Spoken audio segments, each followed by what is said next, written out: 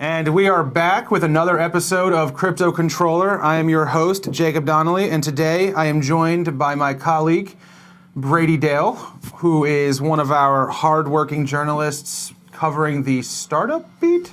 Sure, yeah, startups. Startups. Yeah. Tokens. All the fun crypto things that are going on in this crypto world that we live in. Yep. And how's your day going, Brady? Pretty good. I'm getting ready to, we're going to South by Southwest next week, so. Oh, yeah? Doing a thing on that and, just doing programming, planning, and stuff like that. All right. So pre-prep for one of the biggest shows in the country. Yeah, and the first time it has an official crypto track. Okay, yeah, I know that we are doing, Nolan will be speaking. Yeah, Nolan's there with Willy Woo. Yeah, so that's going to be interesting. Yeah. Probably talking about valuing crypto assets and crypto networks and things like that, tied into our Crypto Economics Explorer, so that's Nolan, awesome. our research director for, I know all of our fans know everybody at CoinDesk, but just in case one of them doesn't know who Nolan is. Yes, that's true. Nolan Bowerly is our director of research. Yeah. And he is typically the face of CoinDesk. Usually goes on TV for us and things like that. Though has never played video games with us, so we'll have to fix that at some point. So today we're playing Rocket League. As Brady says, it's probably a little bit more straightforward to play with cars and football than two people beating each other up. Probably bad at both, but yeah, I'll be bad at this one. Be All bad right. with the cars. Well, you never know. So why don't we jump right in? So go up to play. Oh. Left stick. Okay. Hit A. A. A. Oh, A. And A. Sweet. All right. I'll tell you the controls, very straightforward. Okay. Right trigger is go. Left trigger is stop. Okay. B, the red one, is boost. Okay. And A is jump. Okay. Oof. You could jump and then boost and you can fly. Okay. So, while this game gets started, why don't we talk a little bit about what's been going on over the past, since I guess the last time you were on the show, about a month ago.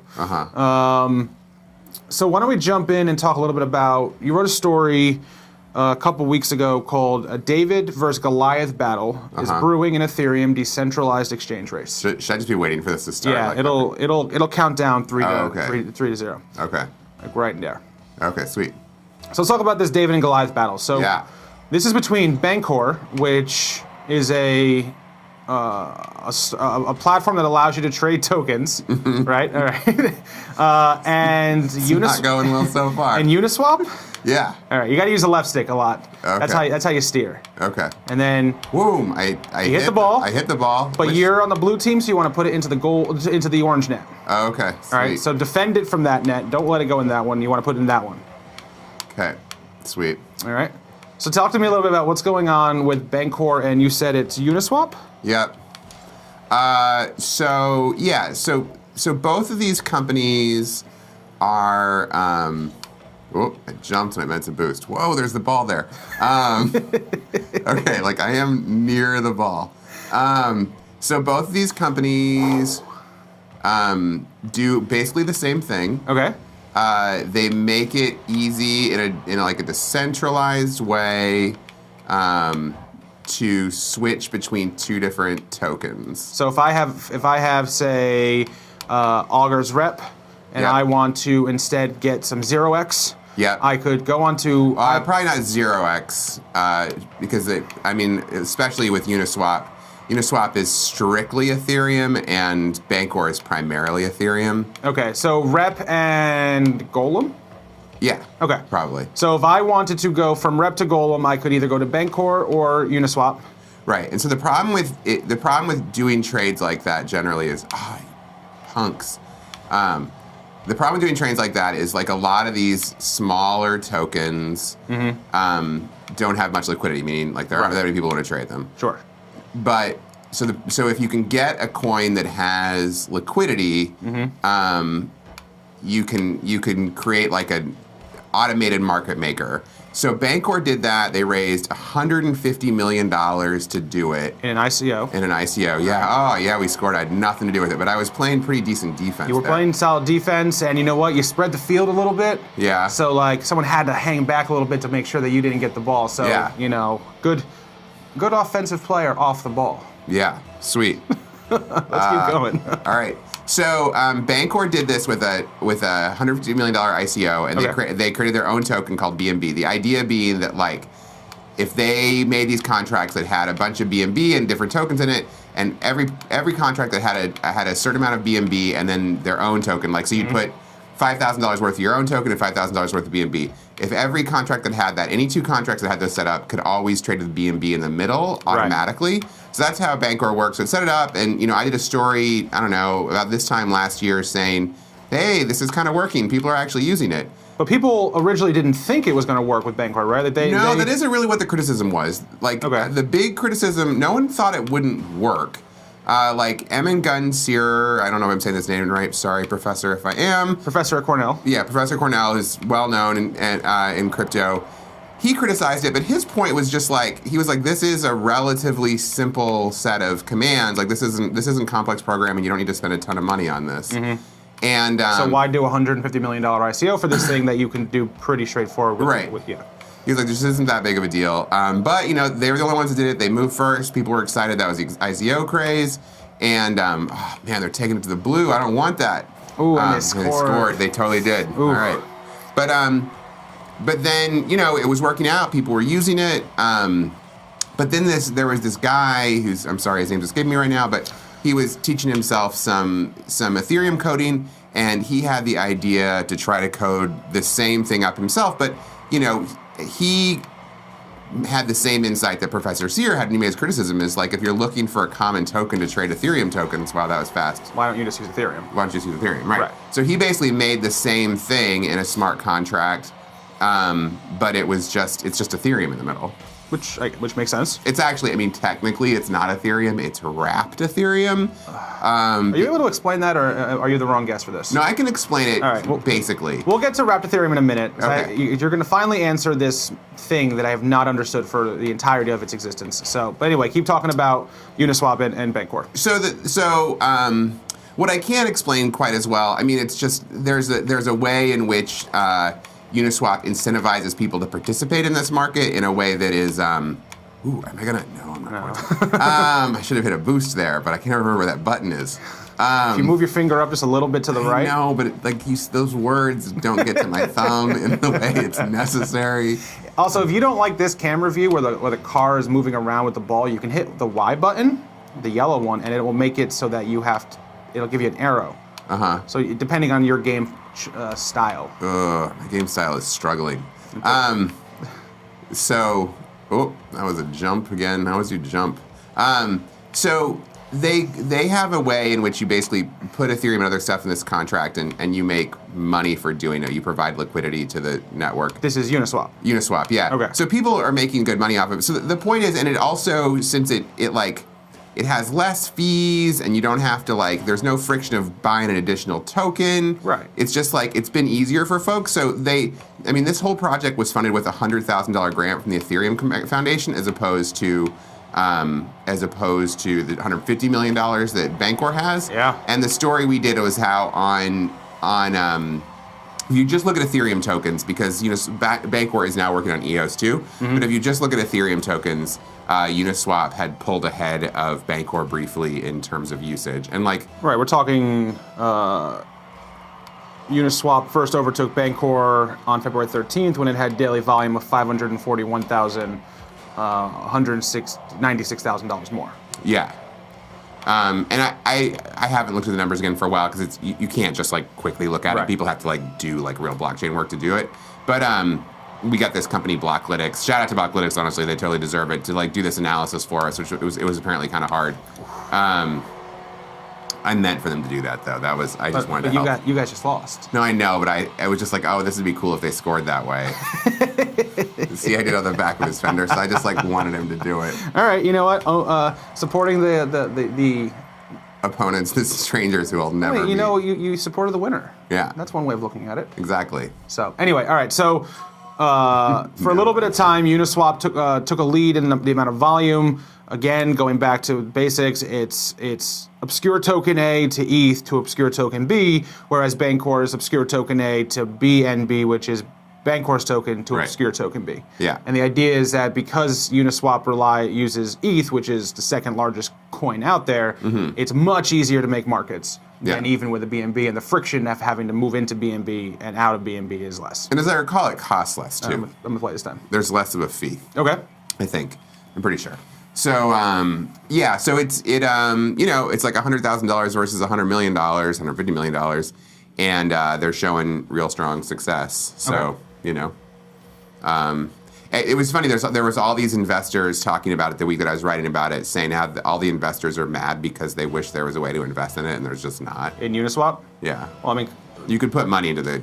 So you talk a can't, little bit. You can't like own the company or anything. Right. But so you mentioned that that there are people with Ethereum or with ETH that are making money with the platform. How does that work? I can't explain it super well. I mean, it's been a while since it's just like I forget these things after I've worked on them for a while. It's just providing liquidity though. It's just basically like so there's a fee, yeah. Yeah, it's just like it does cost a little bit to use it, and so like you stick some of your ETH in there, and and you can stick your other tokens in there because you have to. Obviously, there has to be other tokens in there too. Like you can't. It doesn't work with just ETH alone. Like if it can only trade BAT, for example, if there's some BAT in there. You know? So if you have BAT and you are willing to use it for liquidity, you're going to get rewarded for that. Yeah. Interesting. So.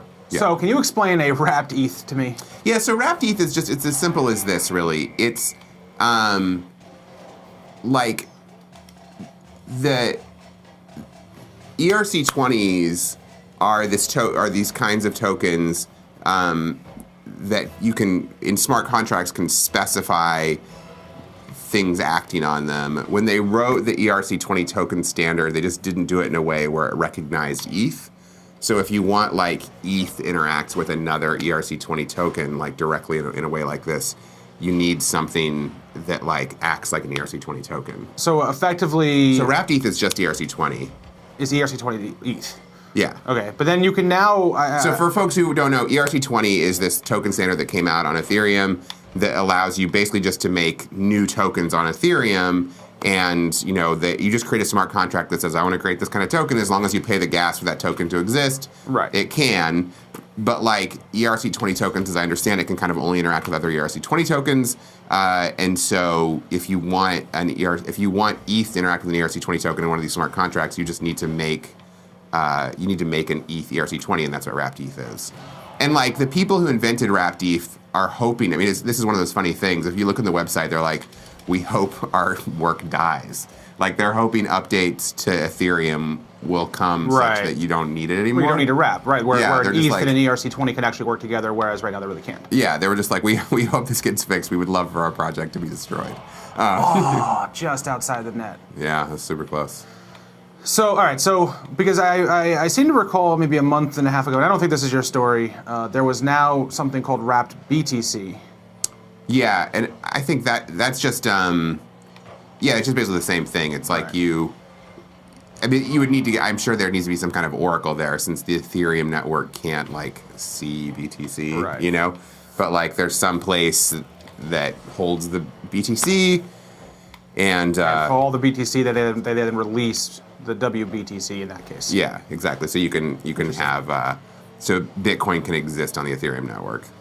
So you said before that, going back to Bancor and Uniswap, you said Bancor is looking to do the same thing now on EOS?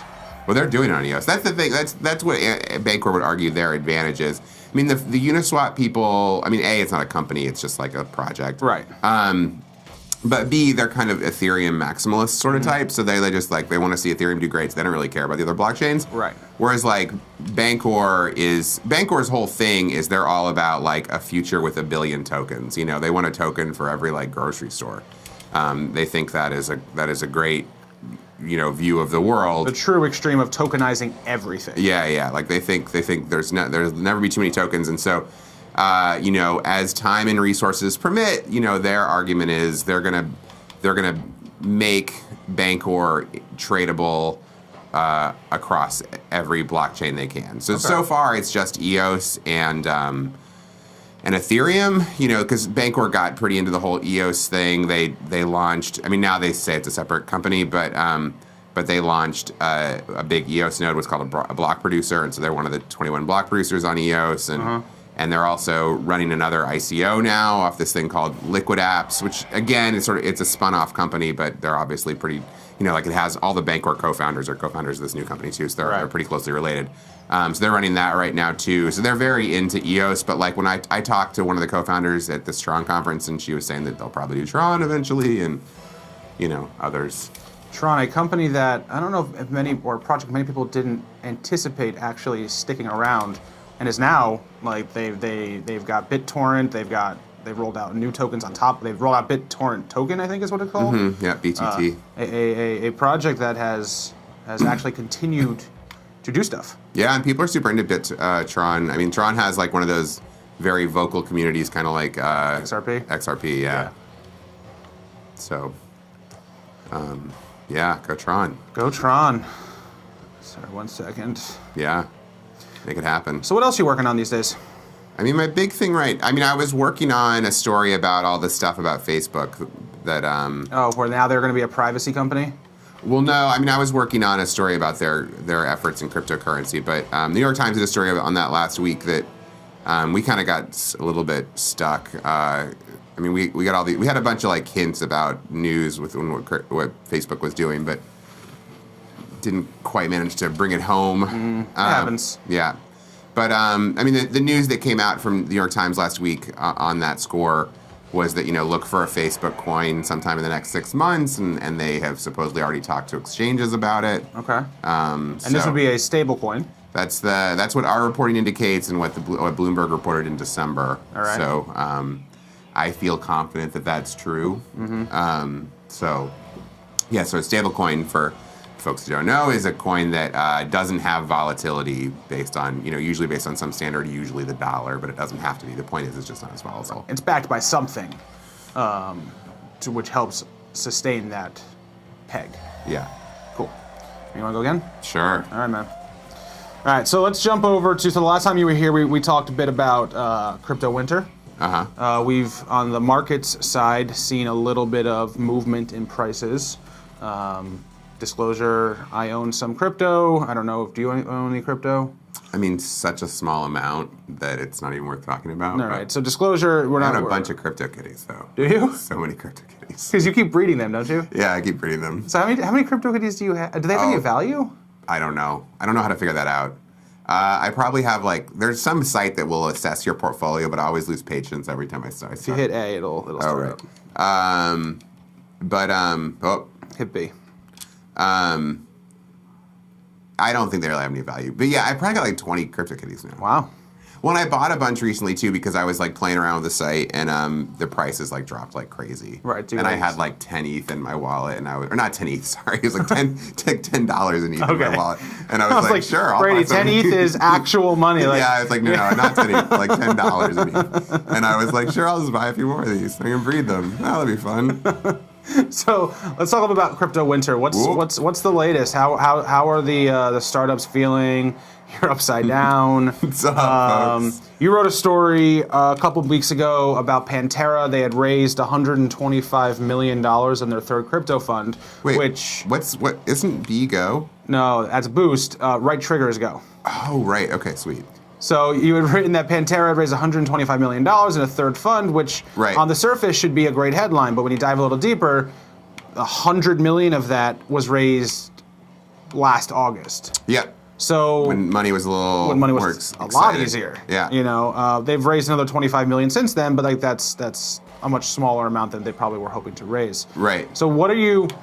Well, so when I talked to them, their take was money is a little tighter, but we're one of the leading funds here, and it's all going to be fine because they were saying that they're sort of talking to institutional investors now, which is another piece of news we had recently that was pretty decent is, Anthony Pompliano, who's a noted person in this space. Yeah. Got some institutional money into his fund. He got 2 public pensions in. And Pantera, when I talked to them, was hinting. They obviously couldn't say who, but they were like, we're talking to some institutional money too, and they just take longer. So they think I think their goal is 150, but they're saying that that's why it's taking longer because, Their sources of potential funding are legacy institutional investors who probably take much longer to commit. Yeah, and it's going to be bigger checks, which makes for easier time. Yeah. So we'll see, but yeah, I think the fact that it has taken this long to raise another 25 million is still a crypto winter sign. I think if a bunch of institutional money starts coming in, that's crypto winter is going to thaw pretty fast. So just going back to what they're going to do with the money, is this a token fund or an equity fund? That was us, right? No, you got scored on. Oh, shoot. Yeah. So is this a token fund or an equity fund? Are they looking to invest in companies or buying up tokens for people? I'm pretty sure it's equity. I'm Okay. sort of forgetting a little bit right now, but yeah, it's because that's the trend right now is everyone's going to do equity suddenly again. So a few years ago, it was buy companies or invest in actual companies. Then ICO craze happened, and everyone was like, invest in tokens, invest in tokens. Mm-hmm. But the problem with investing in tokens is you buy the token as an early, venture capitalist or whatever, and then you got to sell it to someone. So you're just selling it to a retail trader who is, taking your bag for you. And now, which works fine if people actually start to adopt things, and the value of the token is going up. But I think folks are pretty confident that adoption is going to take longer than anyone anticipated. Which, obviously, we're still so early. Yeah. So yeah, it makes sense. But the other startups you're talking to, how are they feeling? They still it's still winter, or are they starting to see, more excitement? Everyone always says everything's great and they're going to be perfect and it's all going according to plan. But I think it. By the way, am I blue this time? You are trying to score on blue.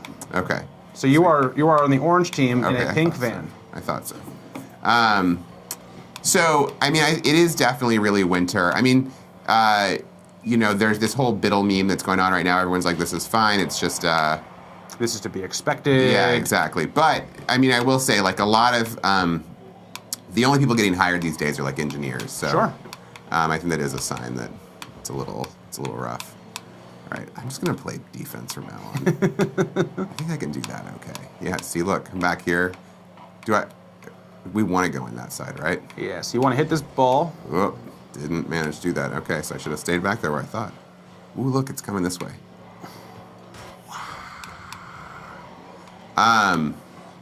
So yeah, I think it is still. I think people admit that it's winter, but it's not. But it's an optimistic winter. Yeah, and I think people also. Braden Williams said this to me well. He's an investor at Boost VC. The last winter that hit, there was some significant belief that crypto would disappear.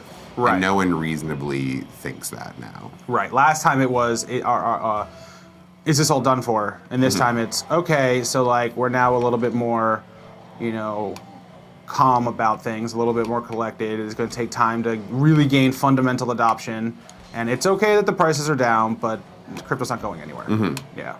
Yeah, that's definitely a big narrative, and you can even see it in the conversations you just have with random people. When the last winter happened, I kind of helped on that one. No. You scored it. Well, I didn't score it. Yes, you did. I did? You hit this ball right here. Okay. It went line drive right there, and... Oh, I thought that guy kind of tapped it at the end. He did kind of, but that's considered an own goal, which really Okay. just means you get credit for it. Nice. So congratulations, you scored your first goal. Your team is now up by 1. So yeah, the last time when Crypto winter's over, I scored on this goal. Crypto winter is over, everybody. Brady Dale, expert at car football. Yes. I definitely didn't think I was going to score at all this time. That's okay. You know what? Everyone finds their inner talent. Has any other reporter scored in this game yet? Christine scored. Really? I think it might have been by accident. Mine was Doc AV, am I right? definitely, Did she score? Yeah, I think so. Yeah, I think she scored. Damn it! Whoa! If I hadn't missed that, I would have scored it. I was right on it.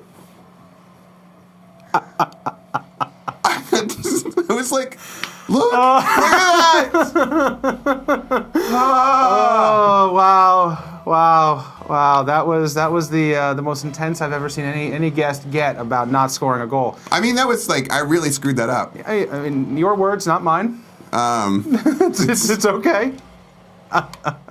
So yeah, you're right.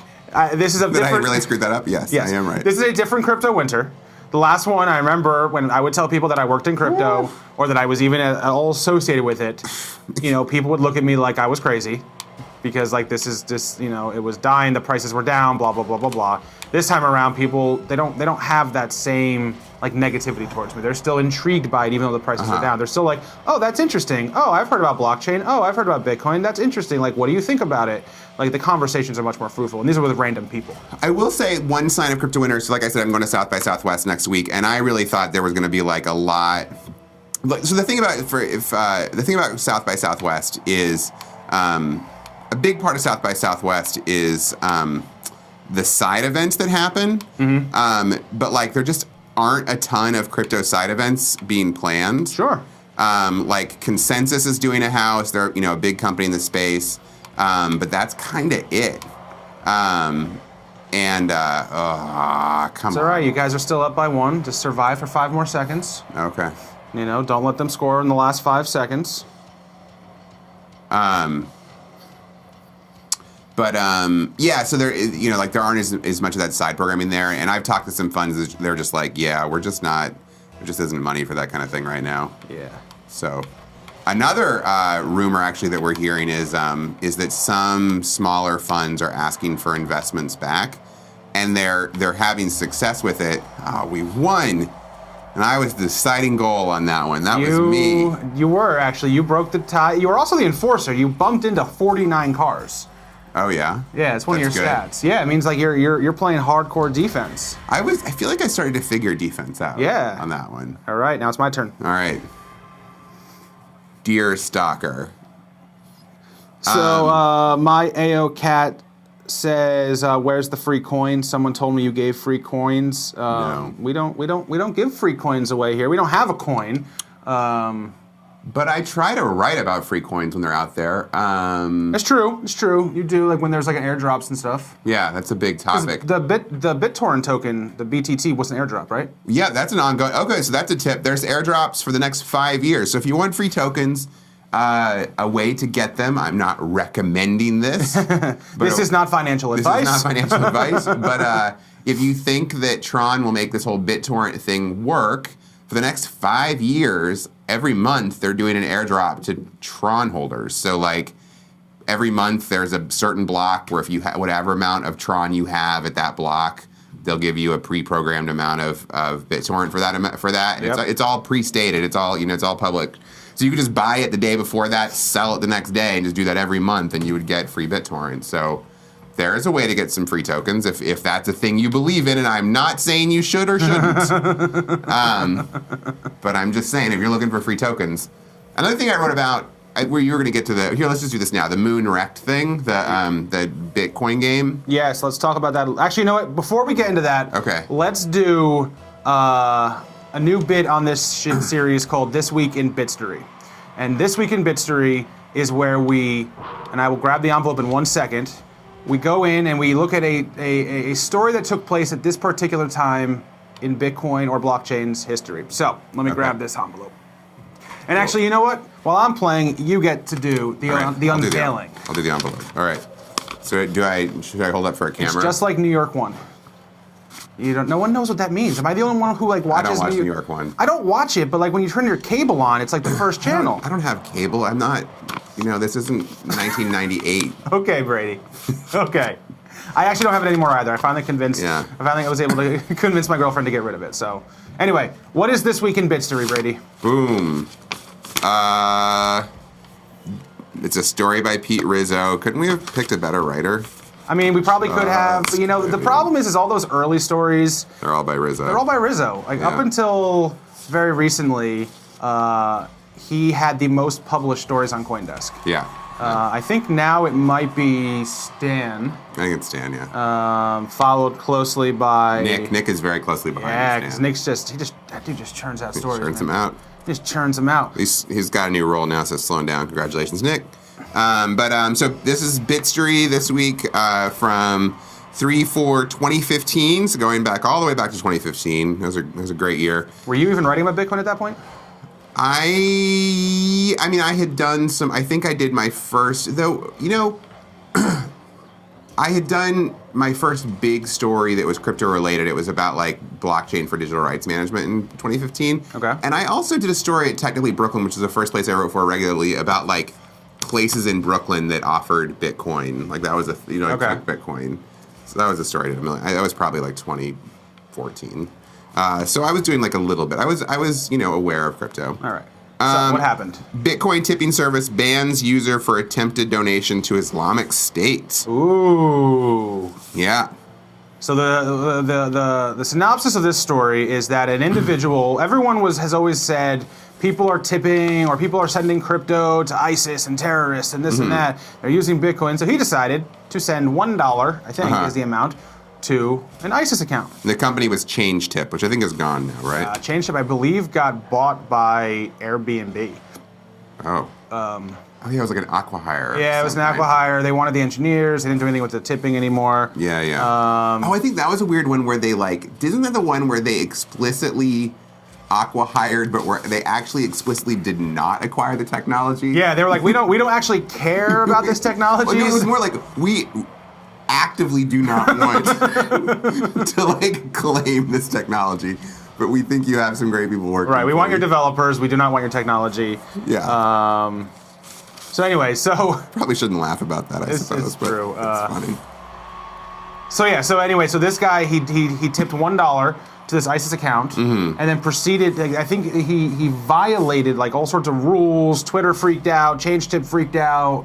I think he got banned from various platforms because even $1 sending it to ISIS, So anyway, so that was an example of the Islamic State receiving $1 in donation as a joke from a Bitcoin person. Well, and the reason this is a big deal is the thing people talk about with crypto all the time is about, and it is one of these things we see come up all the time, is censorship resistance. Like the idea is you should just be able to, it's designed so that people can express what they feel about anything with their money, and once it's built, no one can stop that. And this is one of those things we can continue to see is like, the technology only works well if companies form around it that make it easier to work with because it's fundamentally really hard to work with.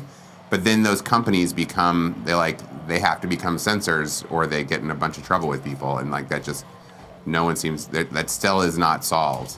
Right. So my AO Cat asks why people don't just ban the ISIS Bitcoin address. You can't actually ban the address. Like anyone can spin up an address. Yeah, I can start a new address in a second. Right, and then once I have that address, anyone can send Bitcoin to it. So you can't actually. That's the point of Bitcoin, is that because it's decentralized, there is no central entity that controls it. No one actually can decide what can happen with it. Yeah. Now, what Brady was alluding to is, the companies, the quote unquote on ramps to crypto, those are held accountable by regulators and law enforcement and things like that. So that's where you have if they had like, for example, if ISIS had a Coinbase account, then they could shut it down because that's using a centralized entity to store. But if you just like went to blockchain.info and spun up a new wallet, something you can really do about it. Yeah. Wow, Bitstory, big week there. Yeah, that was it was definitely a big week. We actually had 2 big stories this week. I don't remember what the last one was now that I'm mentioning it, so we're not even going to mention it.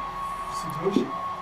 Oh, yeah. Maybe you probably remember this, Brady. So on Tuesday, Christina and I talked about a few years ago on Tuesday, it was when Newsweek broke the story. Oh, when Newsweek came back. Yeah, and they said that they had found Satoshi Nakamoto. Yeah. And that, It was just some guy named Satoshi. Right. I think his name was Dorian Nakamoto. He was like an engineer in San Francisco or California or LA. I don't remember where, but they were convinced it was him. And I remember reading the news and seeing pictures of like hundreds of journalists driving after him. And it was a wild story. That was a big one because that was also big in publishing history, right? Because Newsweek had shut down its print service and it had gone all online, and then that was going to be the story that was going to justify them coming back to print. Right. Yeah.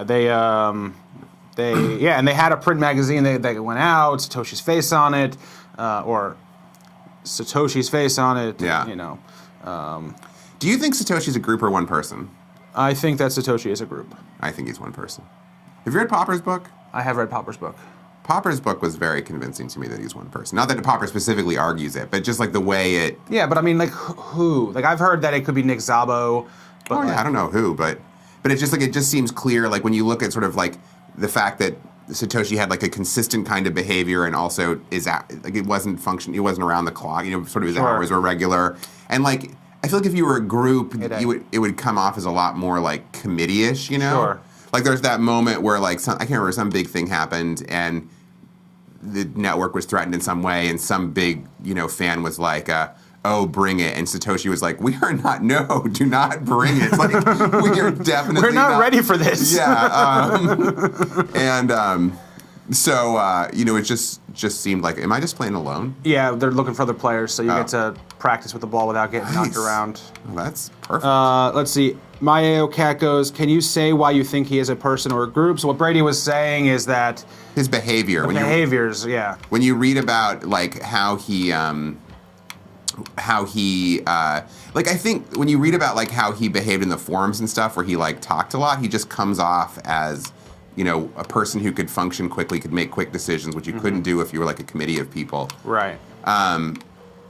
I think the thing is, Bitcoin has become such a big deal and so important that people are like, how could one person have had this vision? Right. But that's just how it happens sometimes. I really think it's just one person. I don't know who.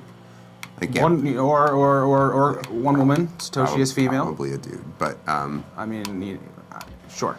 AO Cat wants to know, what are Satoshi's beliefs? Well, I've never spoken with Satoshi, so I can't speak on behalf of Satoshi. That said, the Genesis blog did include the Times, the London Times? I think so, yeah. London Times, the newspaper clipping from, I think, the 3rd of January, the 9th of January. About a bank bailout. So you can imagine that Satoshi was anti-bank bailouts, and anti-probably all the money that was being printed because of the rules put in place for Bitcoin, 21 million, no new amounts. Yeah. So, all right. He's a person who cared about monetary policy. Let me see the controller real quick. I'm going to find you a new game because... Oh, found a game. Sweet. So anyway, AO Cat also asks, is crypto actually really useful, or is it just toy coins? And, it's an interesting question. Are all crypto projects useful? It's definitely useful. It's definitely useful. Like, there's no denying the fact that, like, and we've had, Leon, who's talked about the use of crypto in other parts of the world. We talked the last time you were here about people who were using their ETH as collateral on MakerDAO to get DAI and then paying off their student loans doing that. Like, these are all like real censorship-resistant use cases that a middleman can't tell you what to do. Like, and if people are, if there's lots of transactions, whether or not you're like, oh, this is silly, right? If people are using it, then it's useful, right? I mean, people are devoting their entire day to just like dealing with small movements in coin prices, and like that is, it's not just playing games for them. People are paying their rent this way, so like it's definitely useful. A story that we keep sort of trying to do, but it just I don't know. One thing we know for sure right now is people are companies are making a lot of money this year off of like the MakerDAO thing, off of lending money against cryptocurrency that people hold, because people want, like, you've bought this crypto, it's gone up, 10 times, 100 times. You want to be able to extract some of that value, but you still don't want to sell. Right. So people create services where you can use that as collateral. Well, the one that's been in the news this week is BlockFi, which just opened up their interest accounts. Boom. Right? That sounds right. Yep, and you can use your Bitcoin or ETH or Litecoin as collateral for a loan, or MakerDAO, which you can use your ETH as collateral to get DAI. Yeah. Or Compound, I think. Celsius has had this for a while. Yeah. You can do similar things. Yeah. And also the OTC desks are also allowing it. Where you can borrow or lend your crypto. So, like, people are really lending and borrowing, which is, like, that's obviously really useful. So, it's a finance tool. It's a age-old finance system. And if a bank won't let you use your crypto as collateral, then why not? Yeah. A decentralized smart contract. And I did an event this week with IBM and R3, and IBM was saying that they have like 500 partners already, and a bunch of them are like really doing stuff in production. Even if some of them are, like one of the things they've got a lot of, like they mentioned, I think it was like a stockbroker. It's pretty well lined up for that, but who like is running its records on a blockchain, because IBM doesn't, they're no crypto, it's just blockchain. Right. But well, that's not true. They're now talking to Stellar.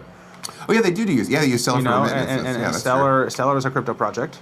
Yeah, I mean, I think that to some extent what you're talking about is Pete Rizzo, our editor-in-chief, likes to talk about the cycle, the like the pendulum almost of the market, where when crypto's really hot, blockchain is not so hot, and then when blockchain gets really hot, crypto happens to be in a winter, and they kind of go back and forth.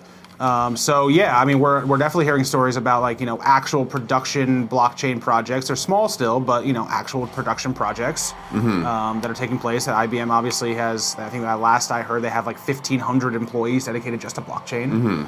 So yeah, it's definitely happening. All right, so my AOCAT says.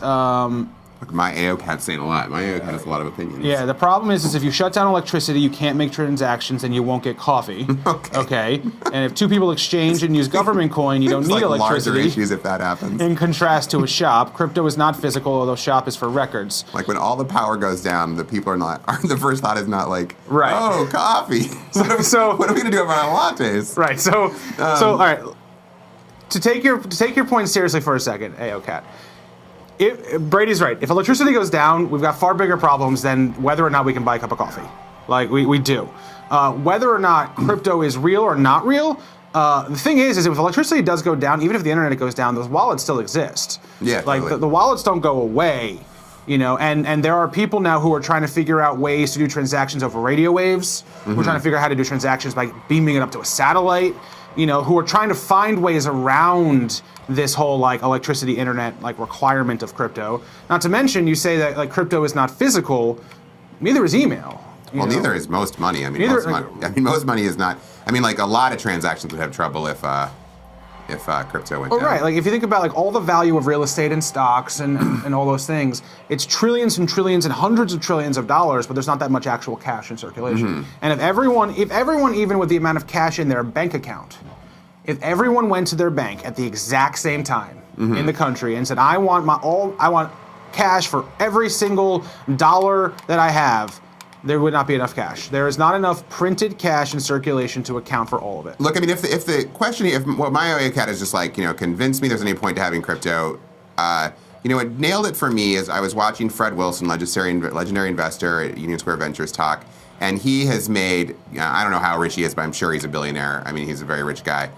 He's made a pile of money just betting that the internet will work out again and again. And every time people say this latest internet idea is dumb, he's like, no, it's not dumb. Right. And he makes a lot of money off of that. I think his big investments are he's invested in Twitter was what he's Twitter. Famous for. I think he was also in Pinterest. No, like a craft, like a like a crafting site.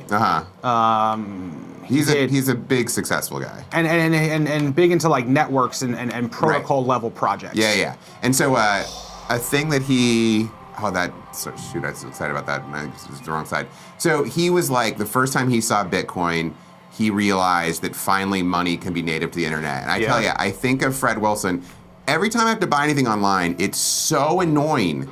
It's so much harder than it should be. I wish there was just some money built into my actual browser, and I could just when I'm spending like $10, I don't have to verify my identity with Visa. Right, you should just be allowed to just send money. It's just stupid. It's so frustrating. It should just be there and easy, and it's not. I mean, spending money online is super annoying. Finding my credit card, sticking it all in, and even if you have your credit card saved, I have my credit card saved on Amazon, right? They still, you're like, oh, this is great. One-click purchase. Oh, it's been so long since you've purchased on Amazon, so please put the last 4 numbers of your credit card in. Yeah. So what's the point then? And it's also annoying, in the future where money works like that, every purchase you've ever made is a record forever. I was at this event with IBM at the Japan Society last week. I was making a joke that if I have an embarrassing purchase, like let's say I want to buy Taylor Swift's 1989, and I happen to want to do it online, do I really need that to be in the permanent record of my life for all time? Like, I don't, I'm embarrassed about that, but she's got sweet beats. Listen, all I'm going to say is that I used to hate on T Swift. And this past week, I started listening to some of her music, and I've been enjoying it. I'm really happy to have those noise canceling headphones, so no one in the office knows I'm listening to Taylor Swift. But do you want that to be? You want to just be able to buy it and listen privately, and not have that be a record of your life. To be fair, Brady, you and I are on Crypto Controller, telling the world that we like T Swift. Yeah, it's true. So we unfortunately are screwed when it comes to that. Yeah. AO says he's from Israel, and that there's a new rule in place that says anything over $700 will have to go through the bank. Which is, that's literally exactly the point of why these decentralized, censorship-resistant projects matter so much. Is no one can tell you what to do. Yeah, I mean, I am by far not a libertarian, but covering this area, one of the things you see, like a problem a lot of startups, any startup that wants to deal with money has to deal with, is all this like know your customer, anti-money laundering stuff, which are all these laws that were just invented following September 11th, and every country has them, where because some really horrible stuff happened, and it was really horrible. Like, there just has to be a record of everything anyone does forever. Right. And it's all this like economic dead weight on the world. There's all these, there's a giant industry that sprung up around just constantly tracking everyone. And of course they can use it also to market to people, but it's frustrating because it's just one of those dumb things. It's economic dead weight in the world. It's work that everyone's doing that isn't necessary to do, that slows everything down, that costs everyone money, that makes it harder to start a company, just because there's some dumb laws in place because politicians are worried they're gonna get in trouble. Yeah, but like, look, here's the thing. What people will tell you about networks is whenever, censorship appears on networks naturally find a way to reorganize against censorship. And at a certain point, if enough people start using crypto, it's not going to matter what laws people write. They're just not going to be able to stop it, Right. Which, like, maybe that's bad. I don't know. Like, folks might think that's bad. That's not really for me to say. It's just one can see a future where laws like that won't really matter. Well, where it becomes tricky is, sure, we don't want anyone to fund terrorism, so we agree an anti-terrorism funding rule is fine. Mm-hmm. But then it becomes, all right, well, we don't want you to be able to fund books, or we don't want you to be able to fund education. Well, and even, I mean, not to sound too crazy at this point, but what if the cost of terrorism in the world every year is $100 million, and the cost of all the anti-money laundering, all the like security you're putting on every transaction everyone does, and the economic cost of slowing down new innovation because of all those rules is $100 billion. Like, at what point is the cure worse than the disease? You know what I'm saying? Like, it's a hard conversation to have. Yeah. Because when you're talking about human lives and things like that. Yeah, like, sure. It's a hard conversation to have. An interesting one for sure, but a hard one. And yet, yeah, I mean, sorry, I feel like there's any number of ways in which we like let people die all the time, and like that's no problem. But here, yeah, when it comes to the ability to transact. Yeah. Anyway, so you're too wildly into that space, but it's just one can see some broader hypocrisies there. Yeah, I mean, AO says isn't making weapons leading to terrorism. I mean, yeah, provide the tools, right. Bad people will do things. Yeah. So. Great point, AO. So, all right, I want to go back because we've got about 10 minutes left.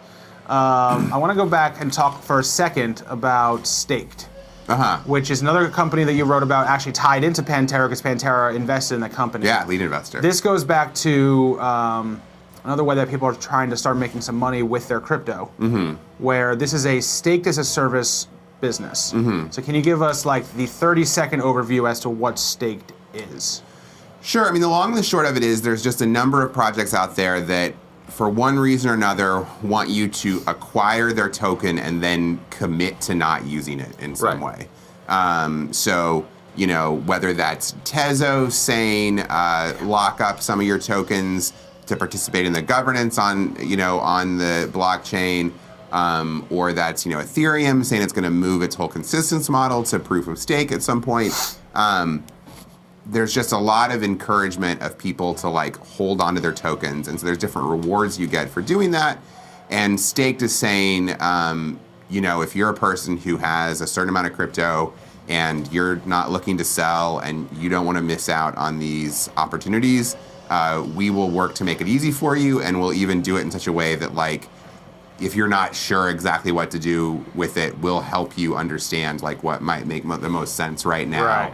and how that might, and also alert you if the economics change, and it's better to you've got your Ethereum here for a while, like maybe at one point, like for example, it might, I don't know if Uniswap is built into it yet, but I can't imagine they don't have their eyes on that. They might be like, oh, Uniswap, your odds are, your benefit of staying in Uniswap is X amount, so you should do that right now. And then a little while later, there's another company, Compound Finance, which I've also written about. They they let you lend your tokens, and so they also, it's kind of like a savings account. You put in tokens to it, and then they'll lend it out to other people who want those tokens. So that's a thing that Staked, enables people to do. So it just sort of looks at what the options are and it makes it easy for you. Very interesting. Yeah. So there's getting to be more and more ways to hodl, as they say, and still grow your holdings somewhat, which is nice in a period in which the book value is going down. Yeah. Because then you can accumulate more token and have at least somewhat more value. Yeah.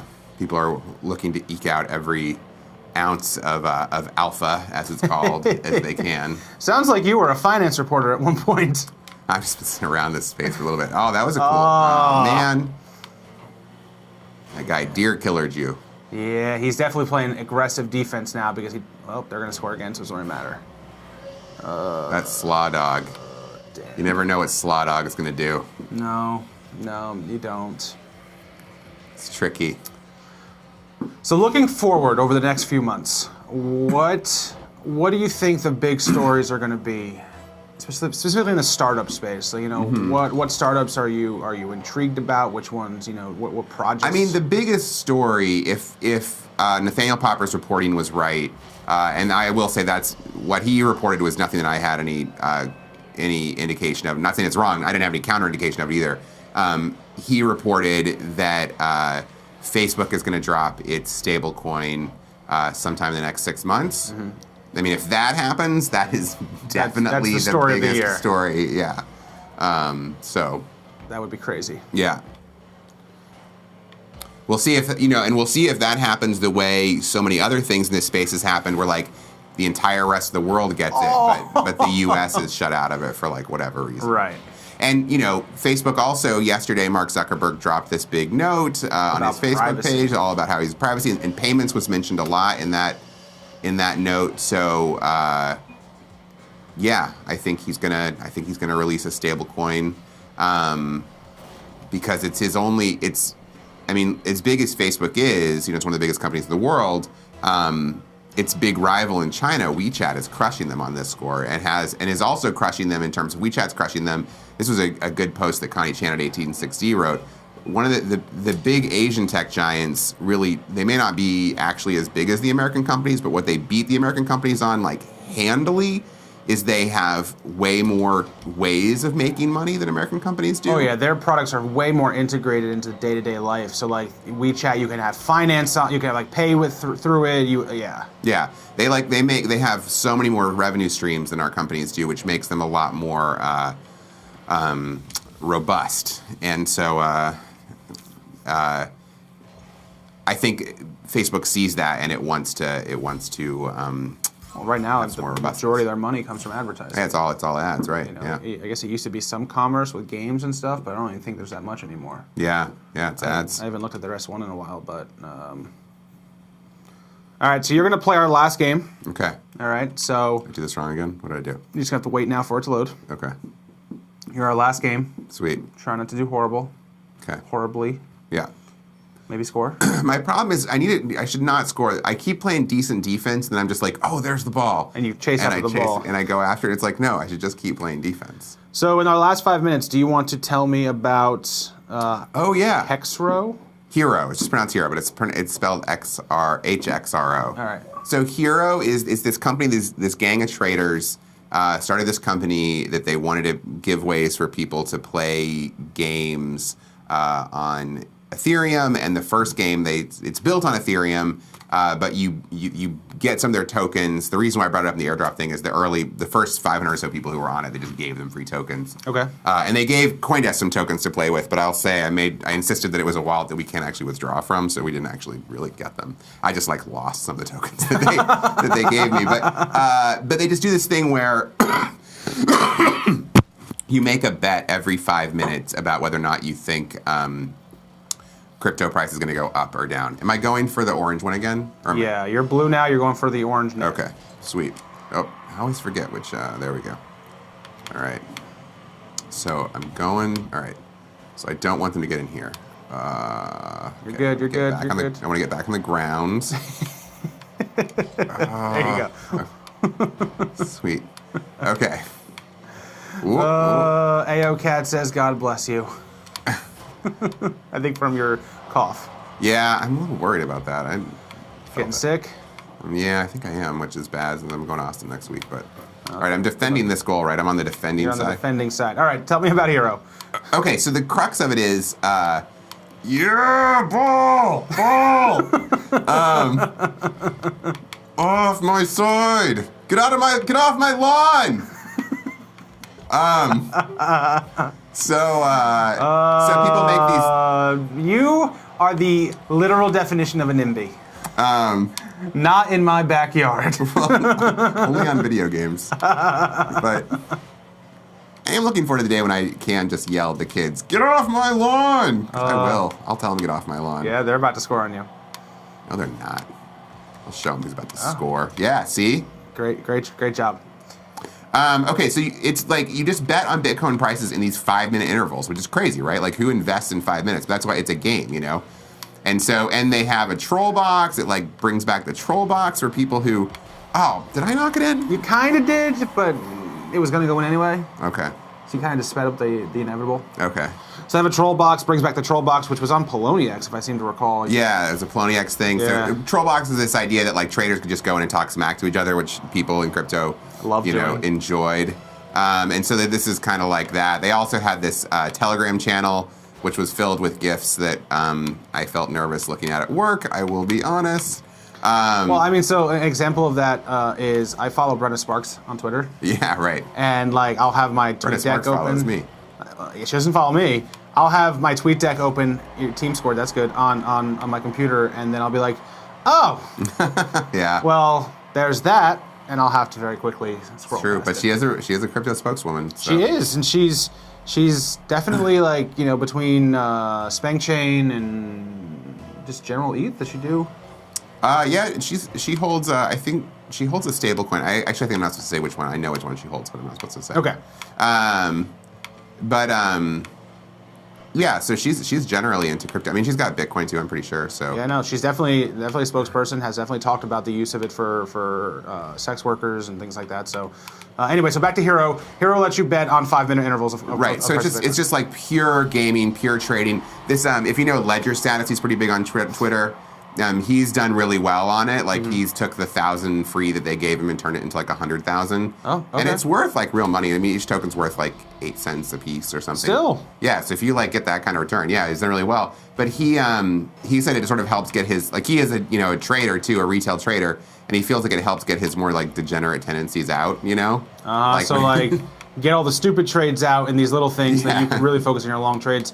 Yeah, I mean, look, there are certainly traders. I know, here at CoinDesk, Sam, Seb, Omkar, those guys can look at those charts and, based on a variety of factors, can have real conviction about what's going to happen. And then what this allows you to do is just make bets on those happening over and over and over and over and over again. And I guess there's 12 of these per hour, so you can just continue to bet over and over and over again. Yep. So people Ledger Status was you can quickly lose your whole day. No. Wow, a dragon. I got a dragon that came out. That's cool. That was worth losing that point to see. That was worth losing. It's a neat dragon. Let's show the dragon again. Boom! There he is. Kind of sounds like the T-Rex from Jurassic World. It sounded like I didn't hear Yeah. a sound. Woo. Which I'm on. I don't want to go on this side, right? Yeah, you want to defend this side. So the next game that the Hero people are going to put out is called. I don't know if it's the next, but soon they're going to put this game called My Bags. My Bags. And so like when you bet, this is the other thing I should say. When you bet, you don't bet like whether it's going to go up or down. You bet moon or wrecked. Which is the same thing as up or down, right? It is, but it's just funny they use that terminology. You know, they're all about embracing like the full crypto. They go the full crypto. And how does Hero make their money? Just they hold. They tokens? get a little money off of each trade. Okay. Each time, you know, each bet that closes, and then they hold their own tokens. Okay. Which, if people keep using it, will go up in value. And it is a case where people are like really using the tokens. You know, they just let that was the story. The news that I broke is that they let like 35,000 people from their waiting list, you know, into the system. So okay. Yeah. That's very cool. So Because only like 600 people were trading from the beta testers when they opened it up. So, all right. So, in the last minute and 15 seconds of this game, what is My Bags? My Bags is like fantasy football, but for tokens. So, I mean, we don't know exactly how it's going to work yet, but that's the crux. The idea is you make a portfolio of tokens and then see how well it does, and and win cash and prizes for your success. But like that, this is a thing. If you're into altcoins, like people in the channels when they're talking, when like things go awry, they'll be like, "My bags are going down." Like that's like or I'm holding my bag through it all. Yeah. So it's again embracing the culture. There is certainly a culture to crypto. Yeah. Some of the most fascinating people I've ever met are in crypto. You met me, and I'm the most fascinating, right? You are a remarkable human being. See, there you go. You are a... Note that, Twitch community. You're the truest definition of a guy from Brooklyn, from Kansas. Like, if I go to the dictionary and go, what would a person that lives in Brooklyn from Kansas look like? Your face That's me. pops up. Sweet. Yeah, right? I do a good job of Feel good about that. All right. So we are going to, as we finish this game, wrap up this episode of Crypto Controller. As always, Brady, I appreciate you coming on the show, telling us about the startups, telling us about winter, telling us what you're hearing. Any last thoughts and words for our faithful viewers on Crypto Controller? If you're at South by Southwest, hunt me down. Yeah. All right. Next week, they'll be at South by Southwest. Hunt Brady down. Say hey. If you are new to the stream, hit that subscribe button right up top so you can become one of our followers and get updates on when we're streaming next, which will be next Tuesday. And we will be playing Crypto Controller all day, every day at Consensus 2019. Is that really gonna? Yeah, I get to play video games all day with speakers, with attendees. So definitely get your tickets to Consensus before they go up in price tomorrow, and we will see you in May. Once again, hit that subscribe button, and thanks so much for tuning in. Take care.